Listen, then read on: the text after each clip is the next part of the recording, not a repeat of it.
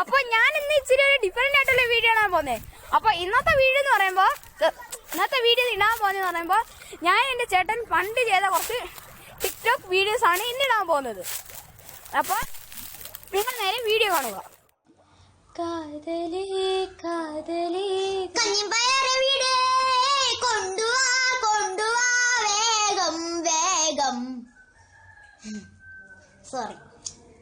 sorry ചായ